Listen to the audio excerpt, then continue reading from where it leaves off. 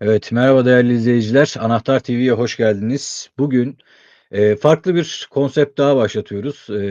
Yazılım uzmanı Viktor Tomay ile beraberiz ve dünya gündeminde teknolojiye dair önde gelen haberleri Viktor Tomay ile beraber yorumlamaya çalışacağız. Kendisinden bu konuyla ilgili çeşitli bilgiler almaya çalışacağız. Uzun yıllardır bu sektörün içerisinde konulara oldukça vakıf bir isim. Bizler de bu anlamda izleyicilerimizi hem bilgilendirmek, hem de karşılıklı böyle bir, fikir teatisinde bulunmak istedik. Diyelim haftada bir olarak düzenlemeye çalışacağız bu tip, programları. Viktor Bey, hoş geldiniz. Hoş bulduk Ömer Bey. Şimdi yapay zeka ile ilgili son bir senedir, 1,5 senedir çok yoğun bir haber bombardımanı var. Neredeyse her ay yapay zeka ile ilgili böyle bir, karşımıza yeni bir gelişme çıkıyor. Son dönemde, işte, en sık karşılaştığımız, işte, DeepSeek'le beraber, bambaşka şeyler konuşmaya başladık artık. Bununla ilgili, tehlikeleriyle ilgili uyaranlar var, gelecekte nereye evrilebileceğini söyleyenler var vs. Ama öncelikle haberlerimize de geçmeden önce şöyle başlayalım istiyorum. Yapay zekâda şu an, hatta yapay zekâ ve yapay zekâ destekli uygulamalar diye bunu, çoğaltayım. Hangi aşamadayız? Yani dünyada, bu işin önde gelen firmaları neler konuşuyor bu konuda? Şimdi aslında yapay zeka yeni hayatımıza giren bir teknoloji değil. Yıllardan beri var. 60'lı yıllarda başlayıp gelen bir süreç var burada. Özellikle 2000'li yıllarda başında 2010'a kadar daha çok makine öğrenmesi ağırlıklı derin öğrenmesi yöntemlerinin daha emekleme aşamasındaydı. Bunun üzerine işte 2014 civarından sonra derin öğrenme yöntemlerinin daha çok geliştiğini gördük. Burada daha öncesinde bizim kullandığımız sistemlerde ne vardı? Aslında e-ticarette mesela ürün önermesi veyahut da ne bileyim bir risk tespiti için insanların bankada kredi çekecekler. Bu kredi çekmeden önce bu kişinin bu krediyi ödemesinde riski ne durumdadır vesaire gibi konularda yapay zeka zaten kullanılıyordu. Hayatımızın birçok aşamasında bu yapay zeka teknolojileri kullanılıyordu. Reklamlar vesaire de dahil olmak üzere. Ee, Ama son zamanlarda özellikle 2017 yılında Transformer modellerinin ortaya çıkaran Attention is All You Need makalesiyle beraber Google'ın yayınladığı bir makale bu. Bu makale beraber aslında bir yapay zeka modelini çok fazla veriyle beslediğimiz zaman bu veriden daha iyi anlamlı sonuçlar üretebileceğine dair sonuçlar çıkmaya başladı. Bunun üzerine tabii OpenAI kar amacı gütmeyen bir kurum olarak burada en büyük faktörü ele alan, en büyük e, ivmeyi kazandıran firma oldu. Tabii arkasında ekstradan Google'ın ve Facebook'un ve diğer firmaların da yaptığı çalışmalar var ama en çok ses getiren çalışma OpenAI tarafından yapıldı. Neydi o? OpenAI ChatGPT'sinin duyurulmasıyla oldu. ChatGPT Evet. duyurulduktan sonra dünya üzerinde e, kullanımı hızlı bir şekilde artmaya başladı. Yani kullanıcı sayısı olarak birçok teknoloji web uygulamasından çok daha hızlı bir şekilde kullanıcı kazanmaya başladı. Bunun da sebebi daha çok insani bir şekilde sohbet edebiliyor olmasıydı. Ondan sonra tabii teknoloji gelişmeye devam etti. Bir sürü rakipleri çıktı. Bu rakiplerin arasında işte en büyük kalemlerden birisi Google, Microsoft rakip olmak yerine OpenAI'ye destek olmaya, hissedar olmaya yöneldi. Onun dışında X platformu Grok'la beraber yine rakip durumunda. E, Anthropic var. Burada Claude modeliyle yine rakip durumda. Amerika'da tabii özellikle bu işlerin büyük kısmı dönüyor ve Çin tarafıyla da bir sürtüşme içindeler. Bu sürtüşmeye göre Burada de işte burada çok çok özür dileyerek şunu sormak istiyorum. Şimdi, birçok firma saydın ve birçok, girişimden bahsettin, yapay zekâ evet. girişiminden bahsettin. Bu konuda da en çok tartışılan şu: hangisi en önde? Şu an, en son aşamada hangisi en önde tartışması. Hatta Çin'in de devreye Bu girmesiyle tekrar alevlendi bu. Bu tartışmanın net bir cevabı yok. Çünkü bu öyle bir yarış ki her gün bizim aslında anlık olarak takip etmediğimiz veyahut da anlık olarak haberlere yansımayan ama akademik tarafta, makale tarafında gördüğümüz büyük bir yarış var ve bu yarışın içerisinde firma değil daha çok akademisyenler ve akademik çalışmalar ön planda. Firmaların içerisinde araştırma Ar-Ge ekipleri ön planda. Tabii en büyük payı bütçe bakımından daha zengin olan bu firmalar sağlıyor olsa da bir sürü akademisyenin çalışmalarını birleştirerek, farklı açılardan zenginleştirerek bu çalışmaları devam ettiriyorlar. Burada şöyle bir şey söyleyebiliriz. OpenAI şu an dünyadaki en güçlü modele sahip. Bu kesin ve net bir şekilde ortada. Fakat ileriki konuşmamızda da haberlerin içerisinde var. Farklı farklı modeller ara ara öne çıkıyor. Şimdi DeepSeek modeli burada şey olarak çok önemliydi. Bize bir yapay zeka modelinin OpenAI'nin kalitesine gelmesi için çok büyük miktarlarda para harcanmasına gerek olmadığını gösterdiler. Burada makale içerisinde gösterdikleri bu fiyat miktarı doğrudan modelin sıfırdan geliştirilme fiyatı değil. Burada aldıkları bir açık kaynak modeli distillation yaparak yani distil model oluşturarak aslında daha gelişmiş bir model üzerinden bu açık kaynak kodlu modeli eğitme üzerine ilerlediler ve bu yöntemin maliyetinden bahsediyorlardı. Bu da şeyi gösterdi daha çok. OpenAI ile yarışabilmek için aslında şu an bu kadar büyük miktarlarda yatırım almaya gerek yok. Bu kadar büyük miktarlarda para harcamaya gerek yok. Yarışa şu an dahil olmak için henüz geç değil. Yani şu an bile sıfırdan geliştirilen bir yapay zeka şirketi kendini belli bir seviyeye getirip OpenAI'ye rakip olabilecek durumda. Sadece burada işte yöntemleri keşfetmek, yeni akademik çalışmalarda yapılan yeni yöntemlerden hangisinin daha verimli olduğunu tespit edip bunların kombinasyonlarıyla beraber daha iyi bir model geliştirmek, yeni teknikler geliştirmek önemli. En belirgin gözüken OpenAI, arkasından Gemini geliyor Google'ın. DeepSeek modeli evet çok güçlü. Önemli yanlarından birisi açık kaynak kodlu olması. Fakat Çin tarafından geliştiriyor olması bir dünya üzerinde bir güvenlik endişesi doğuruyor. Evet, Diğer yandan o çok önemli bir nokta. Şimdi Çin'in DeepSeek'i ortaya çıktıktan sonra Amerika Birleşik Devletleri'nde de biliyorsun Stargate isminde bir proje açıklandı. Hatta böyle 500 milyar dolar gibi bir rakam ortaya koydular. Çok ciddi bir rakam böyle. evet, Böyle karşılıklı sanki şöyle bir döneme giriyoruz. Amerika ve Çin arasında yapay zekaların geliştirilmesi üzerinden bir yapay zeka savaşı. Hani o hep konuşuyorduk ya işte ticaret savaşı şu bu vesaire diye. Bu olay sanki yapay zeka savaşına dönüştü. Hatta yeri gelmişken söyleyelim. Fransa da bu işe dahil olmak istiyor. Senin gönderdiğin haberlerden yola çıkarak ben ona hemen şöyle bir kısa bir bilgisini vereyim. Macron Fransa'nın ABD'sinin Stargate'ine cevap olarak 112 milyar dolarlık AI yatırımı yani yapay zeka yatırımı paketini açıklamış. evet. Şimdi Fransa Amerika Birleşik Devletleri ile veya Çin'le karşılaştırıldığında çok ekonomik anlamda da ufak bir ülke olmasına rağmen 112 milyar dolarlık bir paket açıkladı. Şimdi o zaman sormak lazım. Bu yarış kimler arasında geçebilir? Yani sen dedin ya henüz geç kalınmadı diye. Çok büyük paralar ödemek gerekiyor mu bu yarışa katılmak için sence? Yani belli bir miktar paraya ihtiyaç var. Ekonomik bir güce ihtiyacın oluyor. Fakat burada söyleyebileceğimiz Amerika buradaki ekonomik gücün zaten en başında yer alıyor yapay zeka yarışında. Bir de elinde bulunan şirket gücü de var. Bu şirket gücünü de kullanıyor. Bunun en önemli etkilerinden birisi de Amerika'nın işte yasalar kullanarak Çin'e ambargo uygulaması. Bu ambargonun içeriğinde ne var aslında? Yapay zeka geliştirmelerini engellemek amacıyla yüksek güçteki ekran kartlarının Çin'e gönderilmesinin, satılmasını yasaklama var. Bu arada bu yasak son günlerde, son zamanlarda genişletildi.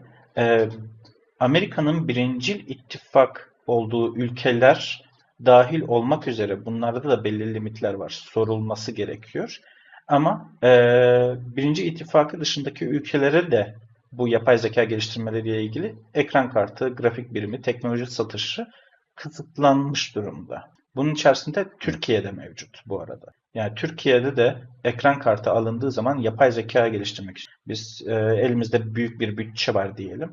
Gidip de Nvidia'dan gidelim en iyi ekran kartını clusterlarını böyle sunucu server e, o binaları geliştirelim böyle devasa sunucu sistemleri kuralım desek bu sefer Amerika diyecek ki sen bu kadar ekran kartı alamazsın. Hmm. Bu kısıtlamaya Türkiye'de dahil. Yani sadece Çin'e yönelik bir şey değil bu.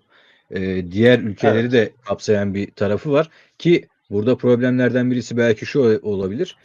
Tamam sen bunu Çin'e kısıtladın ama başka ülkelere ekran kartı satarsın. Onlar da kendi üzerlerinden Çin'e satabilirler. Böyle de bir tuhaf durum da oluşabilir. Zaten bu yapılıyor. Hı Yani hı. şu an aktif olarak Çin'in e, komşu ülkelerine baktığımız zaman çok büyük hacimde Nvidia ekran kartlarının satın aldığını görüyoruz. Yani bu pazar hareketlerinden görüyoruz.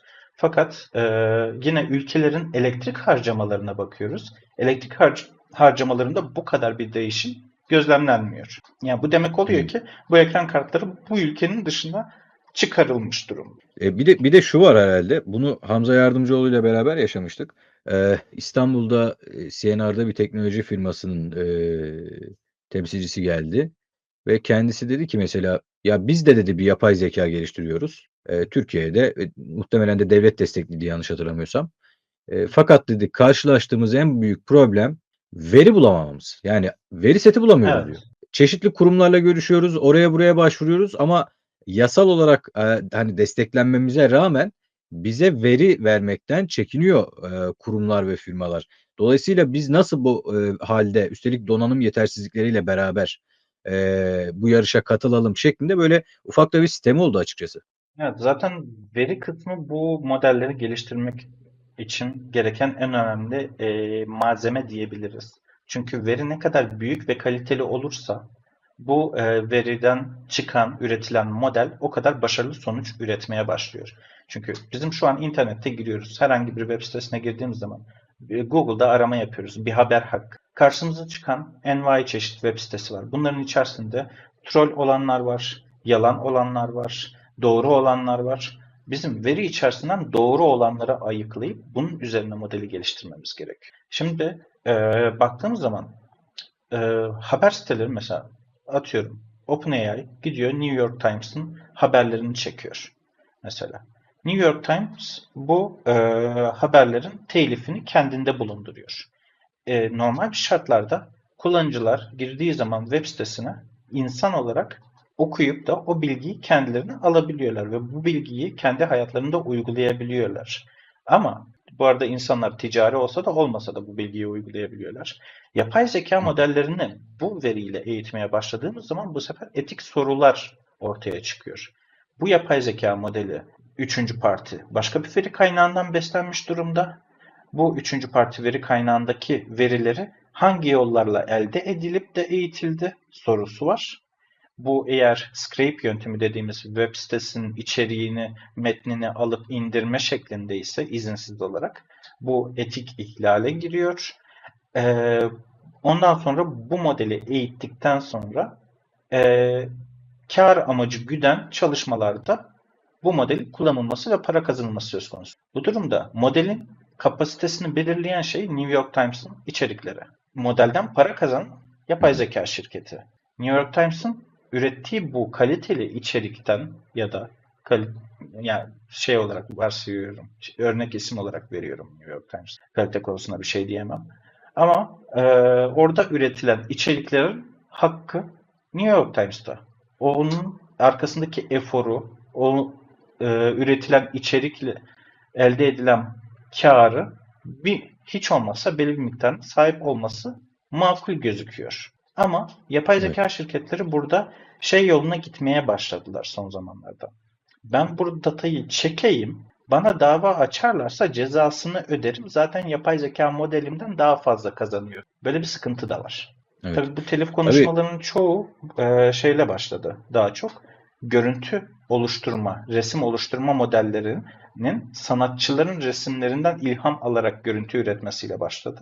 O da ayrı bir konu. Yine aynı şekilde şarkı vesaire oluşturan Evet. yapay zeka Evet, evet. destekli uygulamalar vesaire ve bunlar da çok tartışılan konulardan birisi.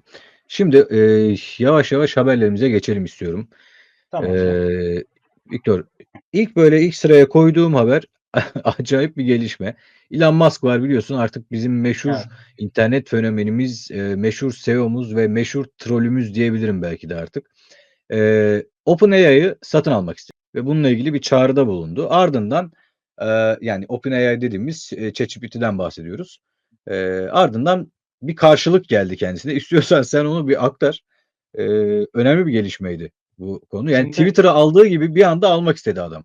evet. Şimdi burada aslında bir işin arka planına da bakmak lazım. Elon Musk aslında OpenAI'nin kar amacı gütmeyen kuruluş olarak kurulduğu zamandan beri arka planda destekçisi. Hem doğrudan hem dolaylı yoldan destekçisiydi. Belli bir süre sonra bu GPT çıkmadan bir iki yıl öncesine falan denk geliyordu diye hatırlıyorum. Yanlış olabilir. OpenAI'nin OpenAI üzerinden olan desteğini geri çekti. Daha doğrusu bıraktı tamamen. Sam Altman'la anlaşamadığını ve aynı fikirde olmadıklarını belirterek aralarında bir sürtüşme meydana geldi. Tabii bunun üzerine OpenAI'nin bu kadar hızlı bir şekilde büyümesi ve bütün dünyada etki yaratması üzerine ben açıkçası Elon Musk'ta birazcık kıskançlık hissediyorum doğrudan. Ve son Stargate projesinde de mesela burada ana şirket OpenAI ve OpenAI şu sıralarda yapmaya çalıştığı şey kar amacı gütmeyen kuruluşun yanında kar amacı güden ayrı bir kuruluş oluşturması ve onun üzerinden devam etmek istemesi. Çünkü yatırım o kadar bulamıyorsun. Kar amacı gütmeyen kuruluşta yatırımcılar gelir elde edemiyor. Sadece bağış toplayabiliyor. Bağış olduğu zaman da bu şirketler bu kadar bağış yapmak istemiyorlar. Çok ciddi rakamlardan bahsediyoruz. Milyar dolarlardan bahsediyoruz. Ama, Ee, Viktor bir ücreti var şimdi ChatGPT'yi kullanmanın, Plus'ını kullanmanın en azından bir ücreti var.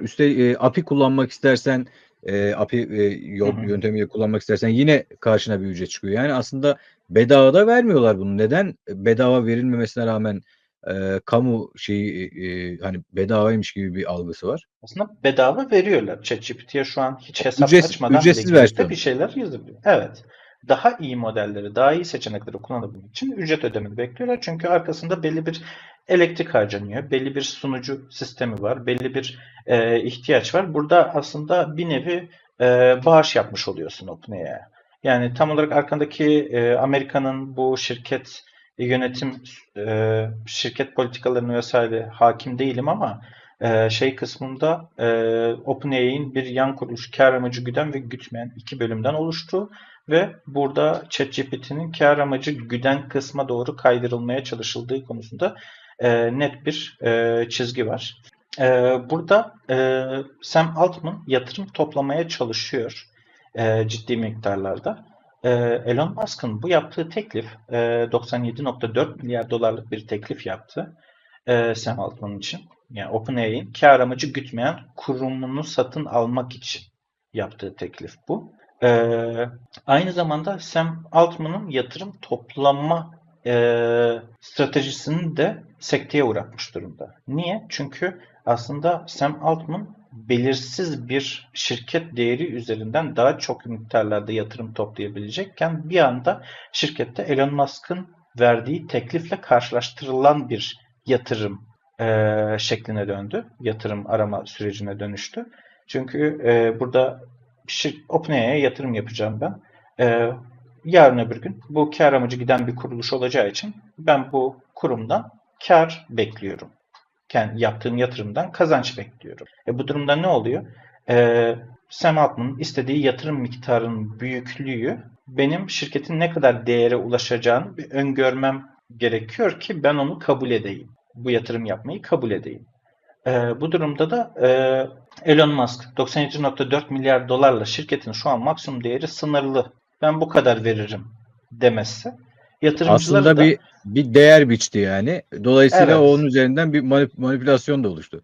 evet doğal olarak orada Sam Altman'ı zor durumda bırakmak amacıyla da orada bir numara çevirmiş oldu. Fakat bunu yine Twitter'da yaptığı gibi açık bir şekilde satın alma niyetini belirttiği için yarın öbür gün Sam Altman al senin olsun derse bu sürecin devam etmesi gerekiyor bu arada. Hani satın alma süreçleri Evet. Twitter'da olduğu gibi aynı şekilde ilerliyor.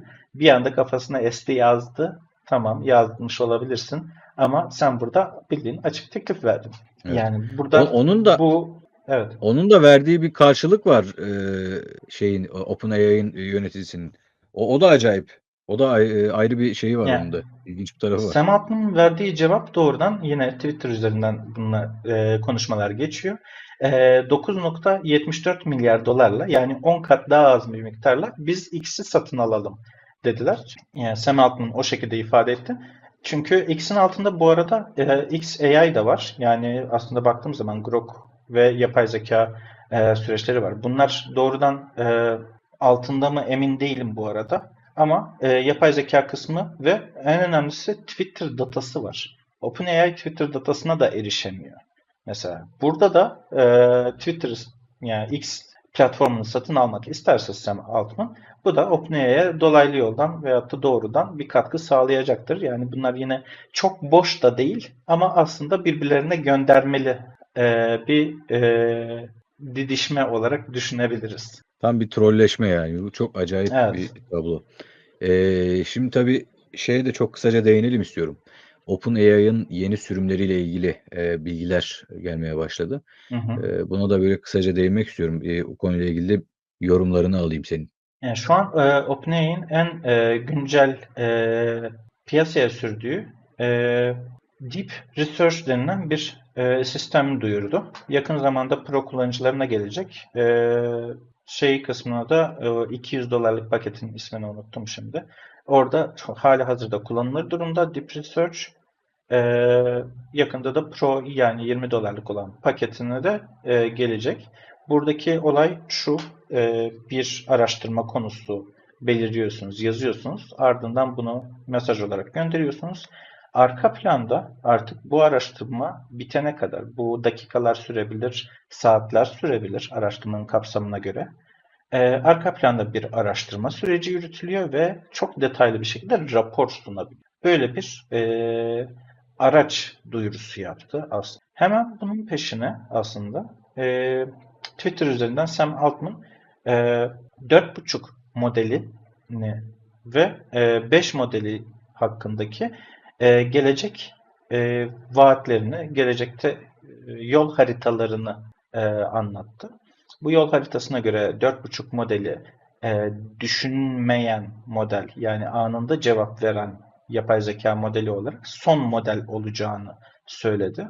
Ardından da 5 modeliyle beraber düşünebilen modellerin bütün modellerin düşünebilen yani kendi içerisinde reasoning denen mesaj yazdığımız zaman ilk önce kendi içerisinde aşama aşama böyle yaparsam böyle olur, eğer böyle yaparsam böyle olur şeklinde kademe kademe böyle maddeler halinde kendi içerisinde düşündüğü bir sistem var. Düşünen model dediğimiz o. Reasoning model diye geçiyor. DeepSeek'in zaten e, OpenAI'ye rakip olduğu kısım yine bu düşünen model kısmı. 5 modelinin daha çok burada bütün araçlara erişim sağlayan ve düşünebilen genel bir model olacağını söyledi. Tabii bunun ne kadar süre içerisinde yayınlanacak diye sorulduğu zaman haftalar ya da aylar kısmında O kadar haftalar kısa. aylar konusunu çok netleştirmedi. Ama belli ki bu 2025 senesi içerisinde gelecek bu. Muhtemelen yaz ayları civarında geleceğini düşünüyorum. Viktor çok Özellikle hızlı gitmiyor mu 4,5'u ya? Yani sürümlere aşırı bakar derecede mısın? hızlı Ya gidiyor çok ya. çok hızlı değil mi? Hani önceden biz çok basit bir yazılımı bile yani 1 sene 2 sene falan beklediğimiz olurdu. Sen daha iyi biliyorsun. Evet evet. Şimdi bu yapay zeka modellerine bakıyorum. Yani senede 1-2 defa yeni modelleri, yeni sürümleri ortaya çıkıyor. Yani kendi kendini de inşa ettiğini anlayabilir miyiz buradan? Kendi kendini inşa ediyor. Nasıl ediyor? Aslında arka planda biz dedik ya verinin kalitesi çok önemli. Yapay zeka modelleri veriyi de temizleyebilme yeteneğine de sahip. Arka planda veri üretme süreçlerinde sentetik veri üreterek de eğitim yapılıyor. Bunun sonucunda ne oluyor? Aslında var olan verinin üzerine sentetik veri, kaliteli veri eklenerek ve içerisine insan faktörüyle de üretilen cevapların iyiliği, kötülüğü vesaire değerlendirilerek bu modellerin daha iyi sonuçlar üretebilmesini de sağlayabiliyorlar. Bunları sistemlere de bağlıyorlar bu arada. Ama genel olarak baktığımız zaman şu an 2019 yılından itibaren yaklaşık olarak 6 sene içerisinde yapay zeka modelleri sadece böyle 3 kat, 5 kat daha hızlanarak gelişmiyor. Buradaki bahsettiğimiz rakamlar 10 kattan başlıyor en az. 50 kat ve 100 kata kadar çıkıyor. Yani her bir model değişiminde farklı zaman dilimlerinde 100 kata kadar, yani bazı modellerin gelişiminde 100 kat performans artışı görüldüğü söylenenler oldu. Modeller gelişiyor ve sadece modellerin bu cevap verme yeteneklerinin doğruluğu ve iyi olması değil, aynı zamanda fiyatı da düşüyor. Aynı zamanda parametre sayısı da düşüyor. Yani gereken parametre sayısının düşmesi demek, gereken sistem ihtiyacının da düşmesi demek. Bu şu anlama gelir. Yarın öbür gün telefonumuzda hiç internete bağlı olmadan bu modellerle bu seviyede konuşabileceğiz demek oluyor.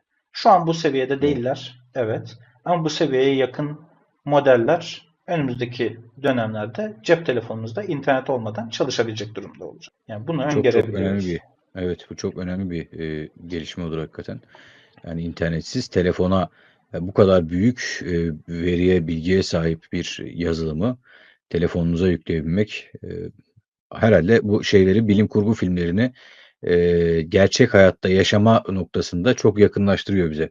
Evet. Öyle Zaten söyleyebilirim. süreç şöyle ilerliyor, yani baktığımız zaman küçük dil modelleri, telefonlarda kullanacağımız dil modelleri daha çok telefon için özelleştirilmiş oluyorlar.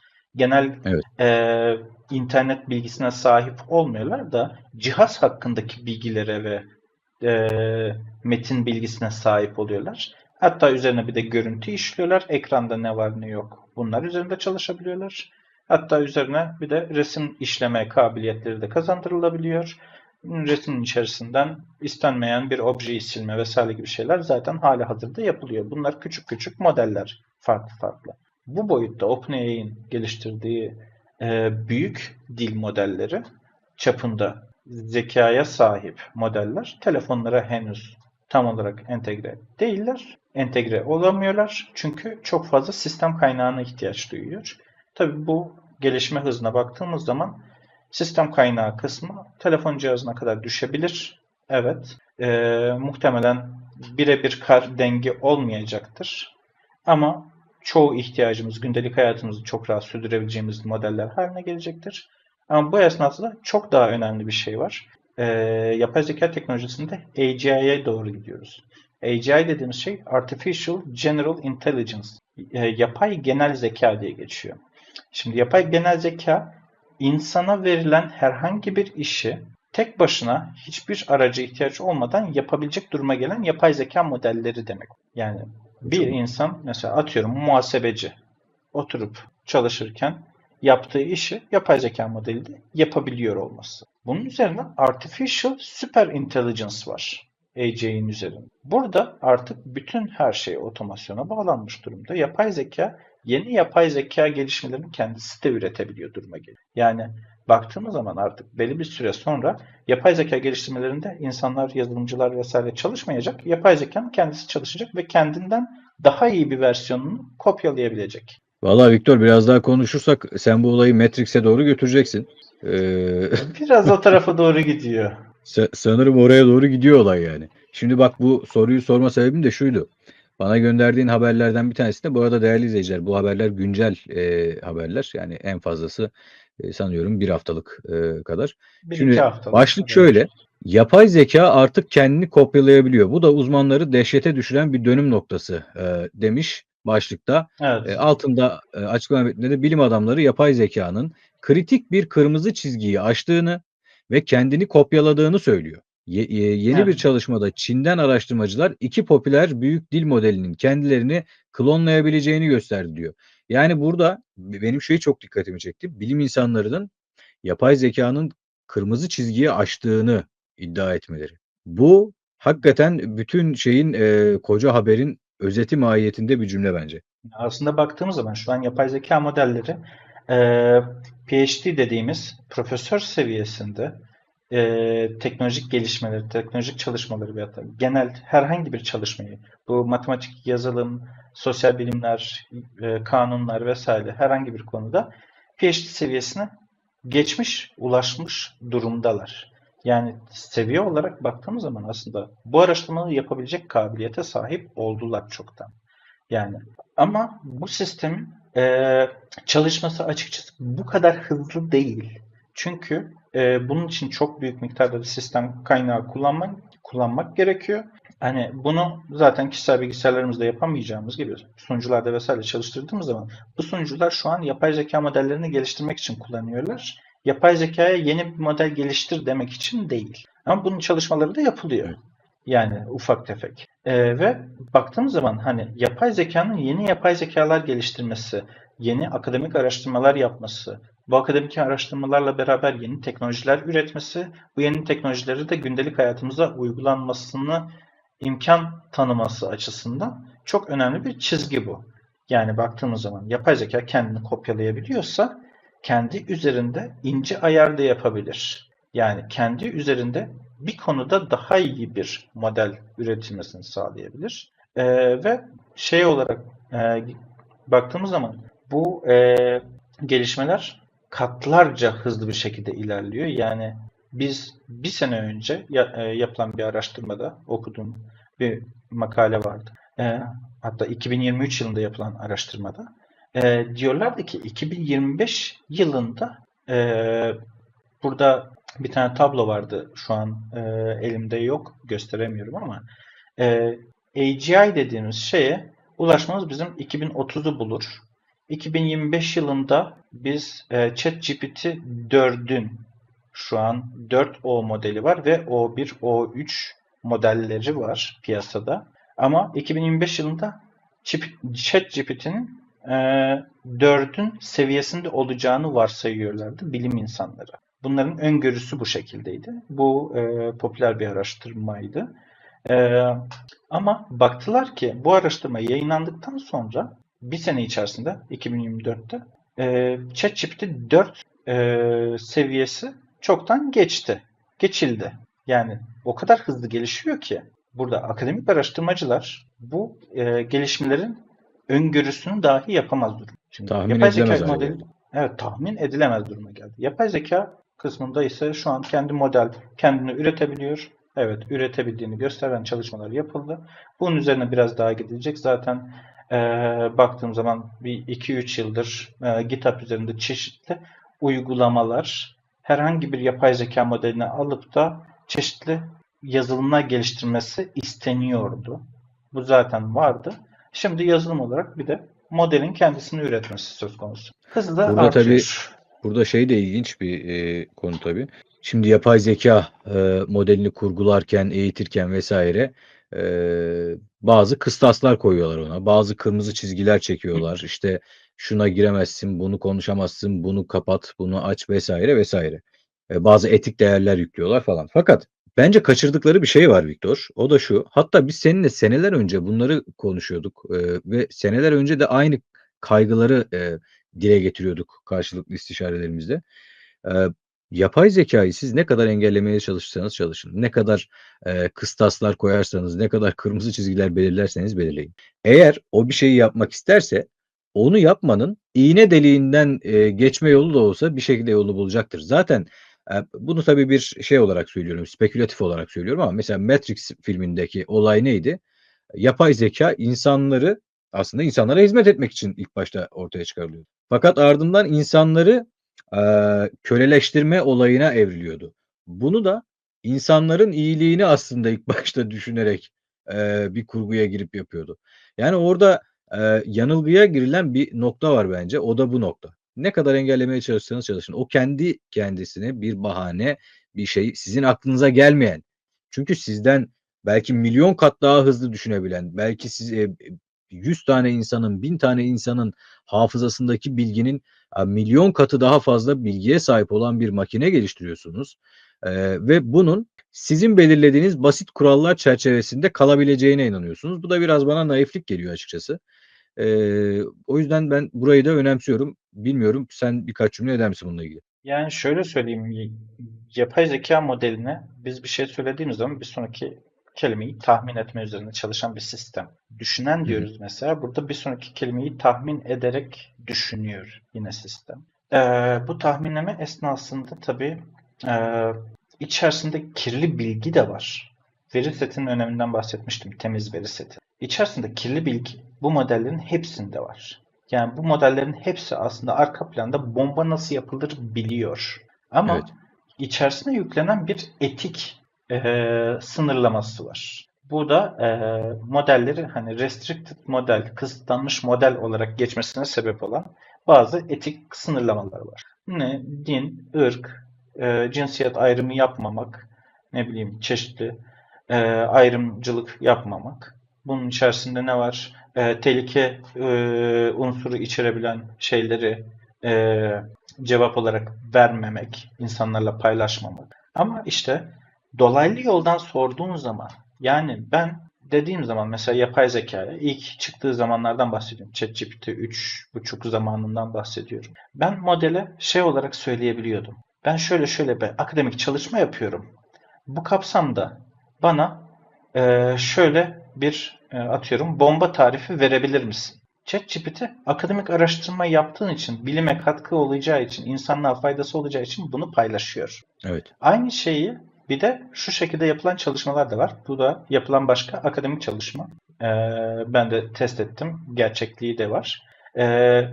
Yapay zeka modellerinde tarih sorduğun zaman etik ve sınırlamalardan kaçabiliyor. Mesela şey diyebilirsin. 90'larda nasıl yapılırdı? Atıyorum. Yani bunu sorduğun zamanda da cevap üretebiliyor. Doğal olarak biz biliyoruz ki yapay zeka modellerinin içerisinde her türlü tehlikeli olabilecek ve güvenli olabilecek bilgi var. Ve yapay zekayı doğru bir şekilde sorulduğu zaman bunların önüne konulan etik kısıtlamalar ve güvenlik kısıtlamaları bypass edilebildiği zaten araştırmalarda ortaya konuluyor. Şimdi bununla ilgili şey de var mesela gönderdiğim haberlerden birisinde. Meta mesela bildiğimiz Facebook'un çatı şirketi Meta e, onun Metafair diye bir ayrı bir Ar-Ge merkezi var işte. Metafair dediğimiz şey de işte Facebook Research, AI Research dediğimiz FAIR diye isimlendirmişler. Burada yaptıkları yapay zeka çalışmalarında tehlikeli görebildikleri, yani tehlikeli olduğuna karar verdikleri çalışmaları anında durduracağını duyurmuş. Mesela örnek olarak. Ama bu tehlikenin kısıtları, sınırları gerçekten hani sınırlı, yani şey değil, tahmin edilebilir değil. Bunun üzerinde akademik çalışmalar çok fazla yapılıyor, evet, ama yeterli miktarda yapılmıyor. Yani baktığımız zaman yarın öbür gün bizim hani şey kısmından da girebiliriz. İnsanların işsiz kalmasından da girebiliriz. Bu kısım da ayrı bir sorun. Ama aynı zamanda şey kısmı da var. Üretilen içeriklerin ne için kullanılacağı da var. Mesela yapay zekayı ben silah içinde kullanabilirim. Ben yapay zekayı gidip de kendi güvenliğim için başkalarının güvenliğini tehdit altına alacak şekilde kullanabilirim. Yapay zeka burada kimin Evet. güvenliğini sağlaması gerektiğine nasıl karar verecek?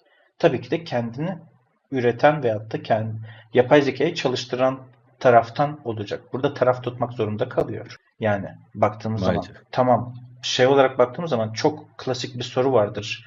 Ee, işte tren rayı ikiye bölünüyor. Bir tarafta genç bir çocuk var, diğer tarafta yaşlı bir adam var. Tren hangi raya dönmesine sen kolu çekip yönlendireceksin. Yapay zeka bu sorularda tarafsız olarak cevap veriyor. Çünkü bunlar daha çok e, nasıl diyeyim, düşünce soruları. Ama iş uygulama pratiğe gelince sen o düşünce sorusundaki yöntemde kalsan bile herhangi bir aksiyon almamak da bir karar verme eğilimi ya.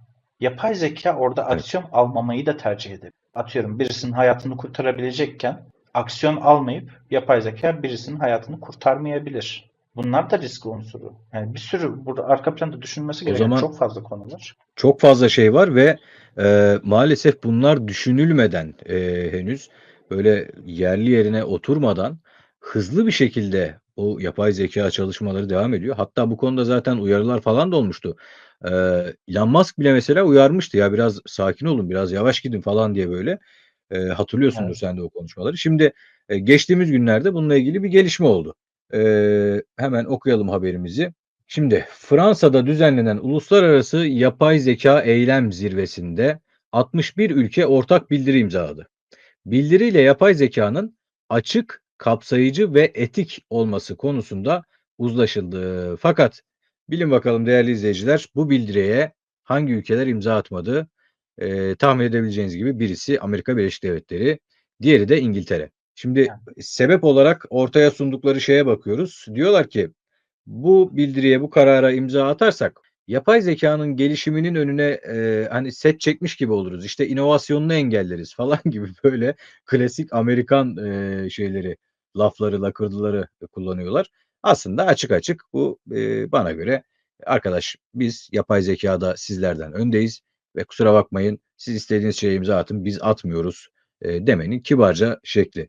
Tabii bunun gibi, peşi sıra başka haberler de var. Yani yapay zeka ve güvenlik noktasında konuşabileceğimiz. Onları da ben aktarayım. Ardından hepsiyle ilgili genel bir yorum alacağım, Viktor'dan. Şimdi Google, yapay zeka teknolojisini silah veya gözetleme için kullanmama sözünü sildi. Politikalarından silmiş. Google'ın güncellenmiş kamuya açık yapay zeka etik politikası teknolojiyi silah ve gözetleme uygulamalarını takip etmek için kullanmayacağına dair sözünü ortadan kaldırdı. Şimdi bunu da nasıl bulmuşlar? Viktor'un yine bana gönderdiği haber. Şu şey var ya web sitelerinin geçmişini görebildiğin bir internet sitesi. archive Bu internet web sitesinden arşivi. eee aynen web arşiv. Bu internet sitesinden giriyorlar, bakıyorlar politikalara. Politikalarda daha önce olan bu madde artık yok. Silmiş adamlar. Dolayısıyla o taahhütünden vazgeçmiş. Yani artık biz silah ve gözetleme amacıyla da kullanabiliriz diyorlar eee, yapay zekayı. Yine Anthropic CEO'sunun bir açıklaması var. Yapay zekayı daha güçlü hale geldikçe anlamak için yarış konusunda uyarıyor. Bunların da yine detaylarını Victor aktaracak. Şimdi o zaman genel mahiyetli soralım. Bu işaretler, bu tip haberler bize gösteriyor ki bir ayrı bir silahlanma ve güvenlik noktasında bambaşka bir noktaya doğru gidecek. Sen ne diyorsun? Bu konuyla ilgili fikirlerini alayım. Burada şuna bakmak lazım. Şimdi gönderdiğim haberler arasında şey olarak yoktu. Fakat Trump başkanlığa geldiği zaman bazı sözleşmeleri iptal etti. Bazı anlaşmaları Evet. kaldırdı ve değişiklikler yaptı. Bunların arasında bir tanesi yine yapay zeka ile ilgili dikkat çekiyor. Nedir bu? Yapay zekanın güvenlikle ilgili olan incelemeleriyle alakalı, denetimiyle alakalı olan bir tane sözleşme vardı. Bunu kaldırdı ilk önce gelir gelmez. Bunun ardından OpenAI'ya rakip olarak DeepSeek geldi. Bu modelin oluşturduğu bir fiyat ve rekabet etkisi vardı ve Amerika'nın borsasında da ciddi etkiler yarattı.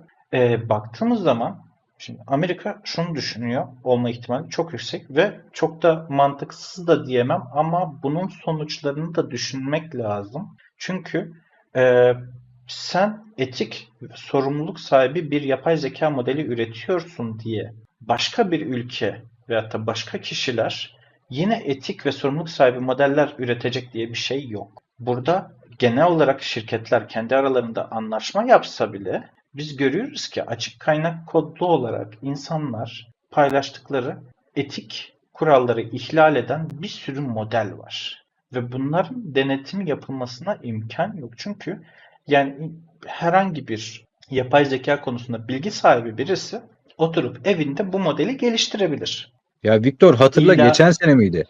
Geçen sene miydi yoksa yani birkaç sene önceki olay. hı hı, Sen benim bilgisayarıma bir yapay zeka modeli kurdun. hı hı, Ve bu yapay zeka modeli benim bilgisayarımda kurulu, internetten edinilmiş çeşitli veri setlerini içeren Bir yapay zeka olarak tabii ki, çok hızlı, çok verimli şekilde çalışmıyordu ama yine de benim bilgisayarımda geliştirmeye açık bir şekilde çalışıyordu. Şimdi hatta bayağı bir zaman almıştı falan, böyle uğraşmıştık. Dolayısıyla dediğine katılıyorum, evet. Yani bunu nasıl engelleyebilirsin ki? Yani bunu engelleyemeyecekleri için bu arada sana yüklediğim modeller böyle 1B, 8B, 7B modelleri, 7 milyar parametreli falan. Hani çok büyük modeller değil. Normal bilgisayarda Evet. çalışabilecek açık kaynak kodlu modeller var. Bunları indirip bilgisayarınızda çalıştırabiliyorsunuz. Evet.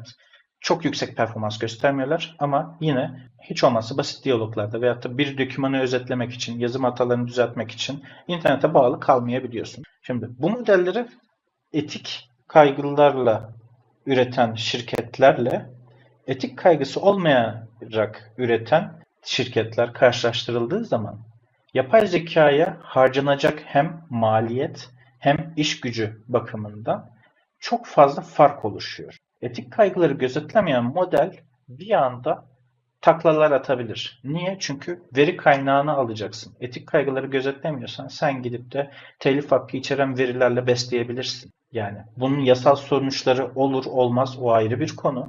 Ama hani buradaki farktan bahsediyorum. Etik kaygıları güden şirket gidecek bu datayı alacağı atıyorum e, kitap yazarı mesela her bir kitap yazarından gidip de bunun telifini isteyecek. Yayın evlerine gidecek, teliflerini isteyecek. Ondan sonra o kitapları alacak, modele geçirecek, modele yükleyecek, bunu eğitecek vesaire. Buradaki süreç çok uzun, karışık ve kompleks. Ve bundan sonra da üretilen modelin ürettiği sonuçları denetlemesi gerekiyor ve ürettiği sonuçlarda eğer zararlı olabilecek, etik ihlale sebep olabilecek herhangi bir e, sonuç üretiyorsa bu modele bir safety katmanı ekleniyor, güvenlik katmanı ekleniyor ve bu güvenlik katmanı bunları engelliyor. Bunun üzerine de bir eğitim yapılması lazım. Bunun üzerine de çalışmalar yapılması lazım oluyor. Böyle bakıldığı zaman e, etik kaygıları olmayan modeller taklalar atarken bir anda etik kaygıları güden modeller, şirketler e, hantal kalacaktır. Bunu görerek hareket ediyor olma ihtimalleri çok yüksek görüyorum ben. Yani bir İngiltere'nin taraf Amerika'nın. koşarken bir Evet. taraf yürüyerek gitmiş olacak. Yani, Çünkü bir taraf daha,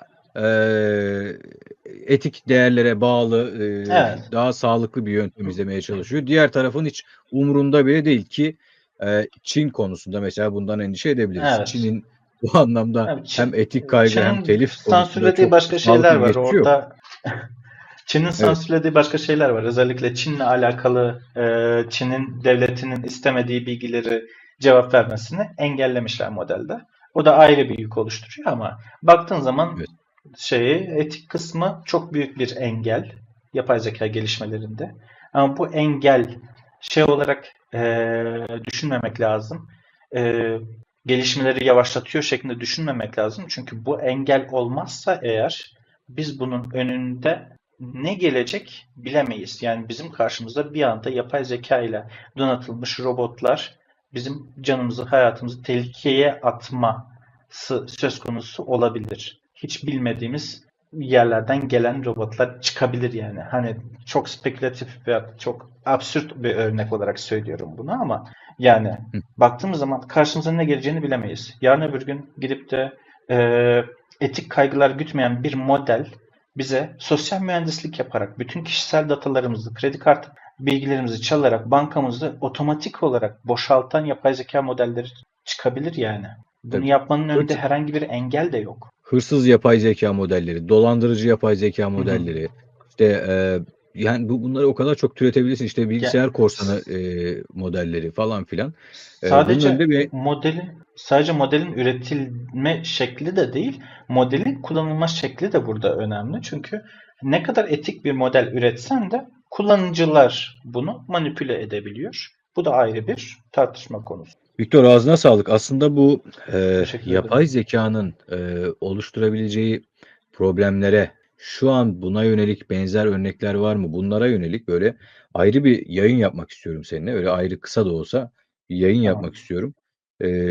Bugün böyle bir ilk yayınımızı tamamlamış olduk. Bu konuyla ilgili, yapay zekâ ile ilgili dünya ne konuşuyor, en son ne aşamadayız? Bunlarla ilgili bize çok kıymetli bilgiler aktarmış oldun. Tekraren ben teşekkür edeyim. Ağzına sağlık. Ben de çok teşekkür ederim. Yayına aldığın için, beni davet ettiğin için. Sana da çok teşekkür ederim. Bundan sonra da böyle fırsat buldukça yine şey yaparız. Burada buluşuruz. İzleyicilerimizle beraber bu ilginç konuları konuşmaya çalışırız. Tabii bu arada izleyicilerimizden de bir ricamız olsun. Bizim anlattığımız, konuştuğumuz bu konuların üzerine muhakkak kaçırdığımız çeşitli makaleler, yeni bilgiler, güncel bilgiler olabilir. Bunlarla ilgili de buldukları, bildikleri bir şeyler olursa yorumlara eklerlerse bizim için de sonraki yayınlar açısından takip etmemiz açısından önemli olur diye izleyicilerimize hatırlatmış olayım. Değerli izleyiciler, bugünkü programın bu şekilde sonuna gelmiş olduk. Yayını beğenip yorumlarınıza katkıda bulunmayı unutmayın diyelim. Ve bir sonraki yayında görüşmek üzere. Hoşça kalın.